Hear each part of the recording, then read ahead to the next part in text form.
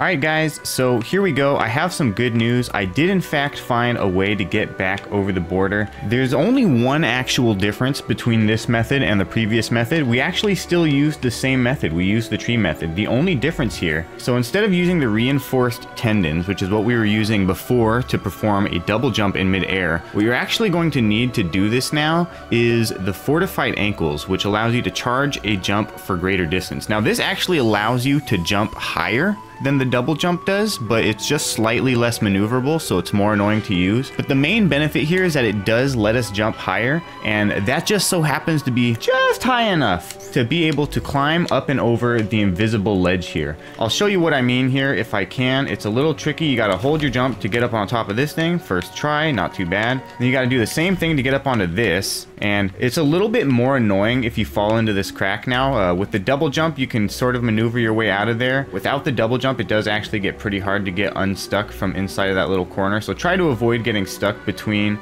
the corner of this thing and the fence itself.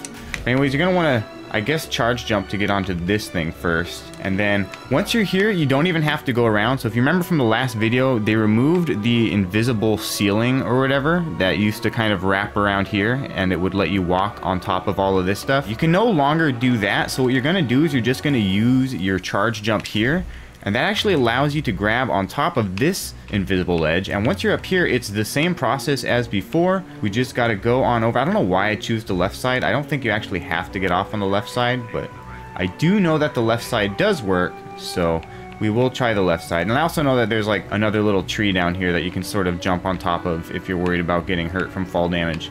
But anyways, yeah.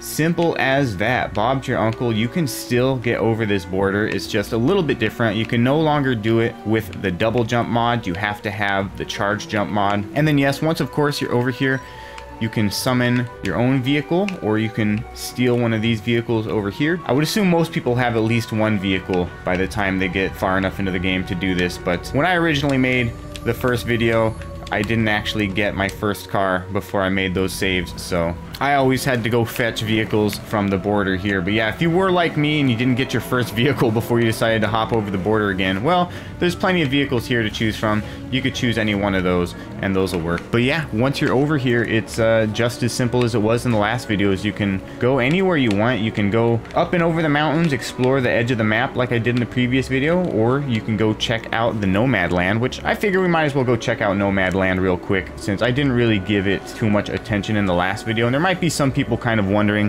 what there is to do in the Nomad Town when you skip back over the border. And I'll kind of spoil it for you guys. There isn't really a whole lot to be done in the Nomad Town. I mean, all of the same stuff is still there. It's just the interactions don't really exist anymore, so you can't really talk to like the sheriff or whatever. A whole bunch of other stuff you can't really do. The other thing too is, last I checked, so there should be the police car there, but it's not there. Interestingly, I think in the previous builds of the game, the police car would still be in this spot. When I did this the first time, there were still NPCs in this town, but of course they just didn't really do much of anything. They didn't actually do anything at all, really. But there was like one guy, at least, that was still grilling some, yeah, there you are, buddy. So he is still here. I think this might be like the only actual NPC that's still in this town, but from what I remember, you can't really like interact with him or anything like that. He just kind of grills his kebabs or whatever. But there should be like, I think like some random items and stuff you can, no, you can't go in there. I feel like I remember there was like a, oh, that's what it was. I think, what's his face had like a trailer somewhere or something or other. I think it was over here actually, that's what it was. Some nice airplanes flying by. Here we go, yeah, here's, and again, this might be stuff you can get in other places of the game, but yeah, there's like, this thing here. Wow, there's ammo. Good shit. There's some shotgun ammo. But yeah, history of the nomads. Not really sure if that's something you can get in another place in the game, but just in case that is something you can get here. I think there's maybe some other like little random objects and stuff, but nothing actually important if I remember correctly. So like that data shard is probably all there actually is that's vaguely important, and who knows, you might be able to get one of those somewhere else in the game. So regardless, that thing is there if you want to take it. And again, there's not really a whole lot you can do out in Nomad Land. Again, the quest isn't active, so there's no actual like NPCs you can interact with or anything you can do. Of course, you can check out the Beyond the Beyonds. You can check out my last video if you want to see that happen, because yeah, I do quite a bit of exploring and I kind of cover the more exciting things there is to see out here, which there's not a whole lot of. So if you want to see what there is exciting, I do kind of go a little bit more in depth in that video. But yeah, that is pretty much it for this one. I just wanted to give you guys the little update here that yes, there is indeed a way back over the border. It's just slightly different, but it is mostly the same, which is good. So yeah, just remember you need the charge jump this time. You can't use the double jump, and you should be fine.